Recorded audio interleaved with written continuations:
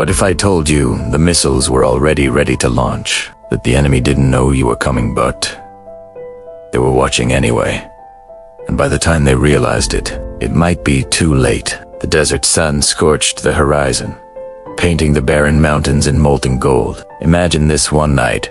A shadow moves where no one should. A hum of rotors cuts through the still air, and 12 U.S. Army Rangers cling to the sides of a Black Hawk, staring down at a facility the world docent techno exists. But here's the twist.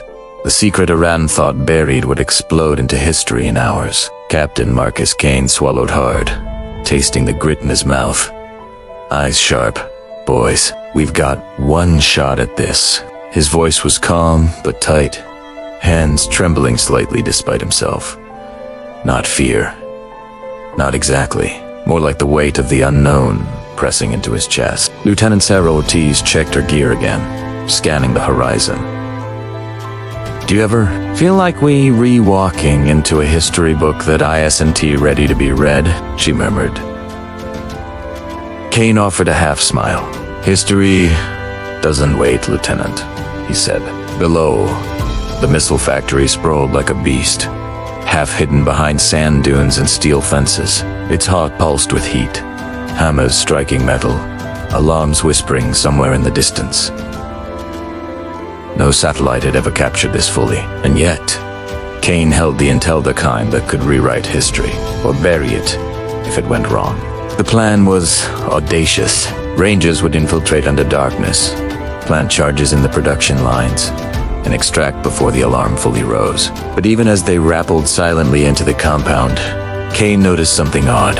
A single guard paused mid-step, almost. Human Kane hesitated a fraction too long.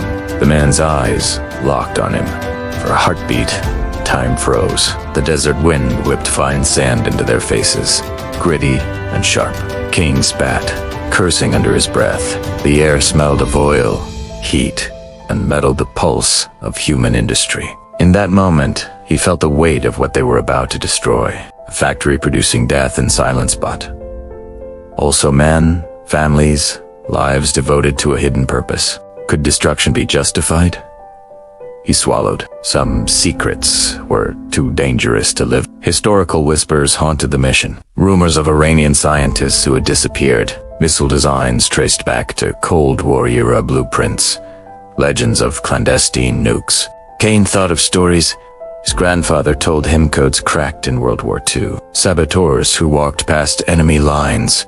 Impossible missions that became legends. Now, he was part of one. Ortiz laid a hand on Kane's shoulder. We move. Her voice brought him back. He nodded. The Rangers split silent, precise, invisible phantoms in a living machine. Charges were set, wires tangled like serpents around missile engines. Every step demanded absolute focus. Yet Kane's mind wandered. What would the world say if they knew? Or worse, if they never knew? Suddenly, the hum of a distant alarm. One sensor tripped. Kane froze, whispering, Plan B, move fast.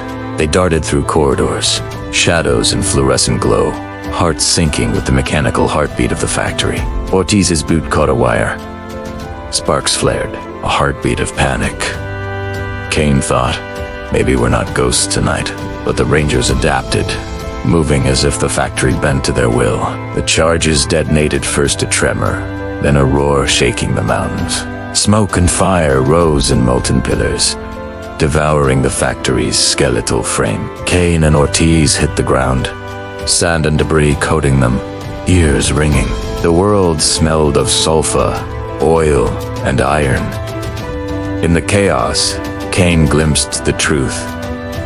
Destruction was never clean, but sometimes necessary. Extraction was brutal, heat-seeking missiles fired from unseen defenses, artillery flashing over ridges. Every second was a test of skill, courage, and stubbornness.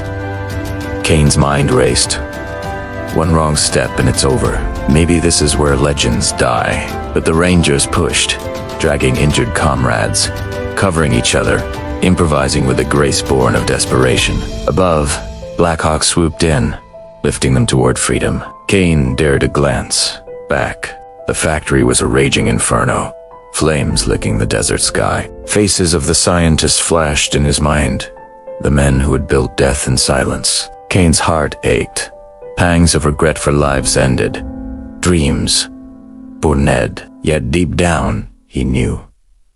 Courage demanded impossible choices. Back on the transport, Ortiz exhaled, wiping soot from her face.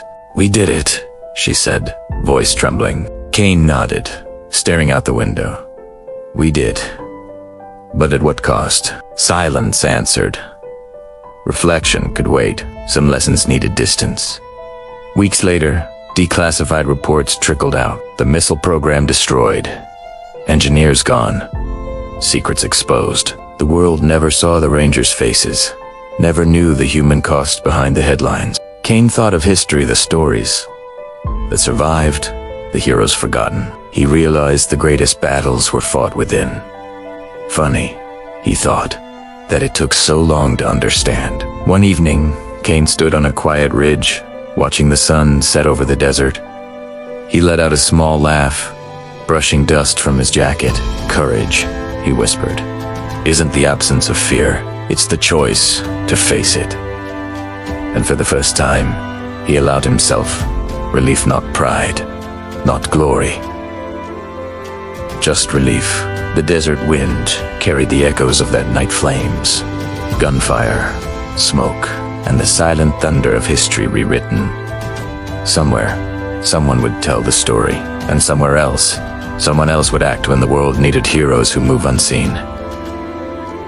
Kane smiled, a little sheepishly. For now, that was enough.